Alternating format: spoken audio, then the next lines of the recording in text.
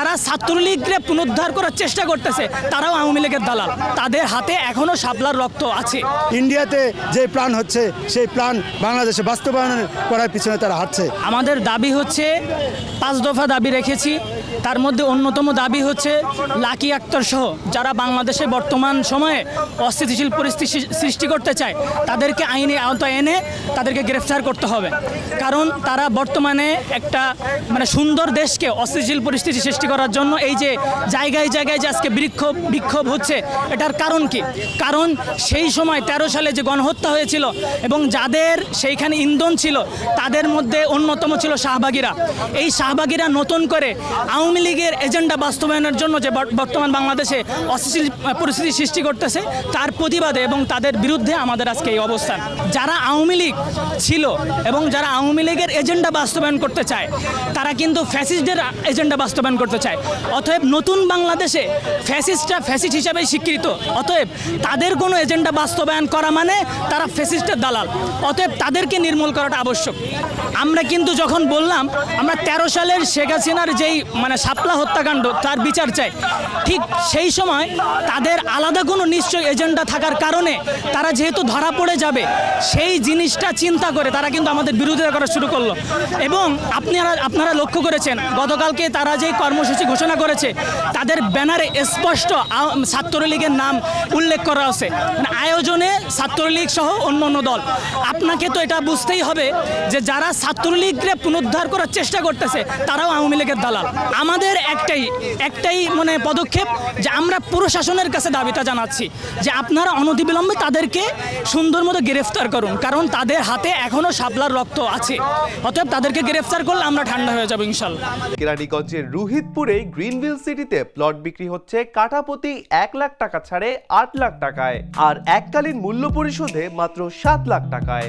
গত কিছুদিন পূর্বে আমাদের রাষ্ট্রীয় যে সংস্থা পুলিশের উপর, রোজাদার পুলিশদের উপর ন্যাক্কারজনক হামলার ঘটনা ঘটিয়েছে সেই শাহবাগীরা 2013 সালে এই বাংলাদেশে একটি ভিন্ন খাতের ষড়যন্ত্রের মাধ্যমে আমাদের যে বিচার কার্যক্রম, এই বিচার বহির্ভূত হত্যাকাণ্ডের পৃষ্ঠপোষক ছিল।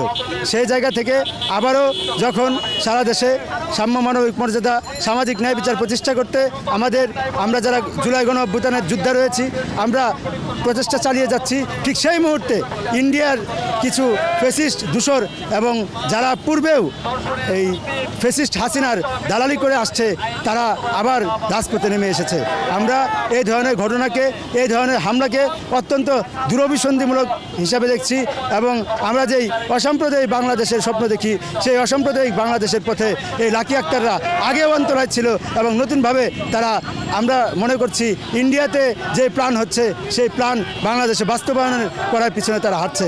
আমরা তাদের উপযুক্ত শাস্তি, সারা দেশে যে ধর্ষণ চলছে এই ধর্ষকদেরকে গ্রেফতার এবং দ্রুত ধর্ষণের বিচার কার্যকর করা থেকে শুরু করে সারা দেশের যে ধরনের অপ্রীতিকর ঘটনাগুলো ঘটছে এগুলোর প্রতিবাদে আমরা আজকে এখানে মিলিত হয়েছি চেতনায় শাপলার ব্যানারে। এখানে লাকি আক্তার থেকে শুরু করে বাম যেই সংগঠনগুলো রয়েছে তারা সবসময় একটি রহস্যজনক ভূমিকায় থাকে, এক এক সময় এক এক রকম ফাংশন করে।